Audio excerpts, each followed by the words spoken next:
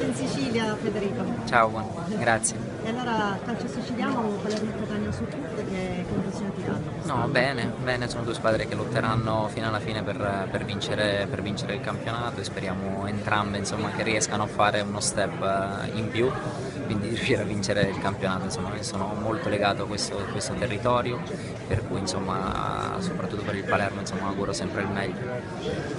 Chi vince il campionato in Italia? Questa è una domanda difficile adesso, ci sono tante squadre, 5 almeno che possono giocarsi alla fine, per cui sarà un campionato come non mai avvincente fino alla fine. La nota dolente è la nazionale che non si qualifica per i mondiali. Questo Per è te che hai sicuro. vissuto per tanti anni la maglia azzurra, che aspettative fa? Niente, grande rammarico, grande dispiacere purtroppo, però ripeto, deve essere un momento e un punto di partenza per il calcio italiano. Purtroppo capita di vivere momenti di down, momenti negativi. Ripeto, l'importante è imparare dagli errori, cercare, ripeto, di riportare il calcio italiano dove merita. Da dove bisogna ripartire dal tuo punto di Ma vista? sicuramente dal punto di vista tecnico, quindi fare un progetto tecnico serio, partire dai ragazzi, partire, ripeto, da uomini di calcio che possono, ripeto, portare un valore a tutto il movimento.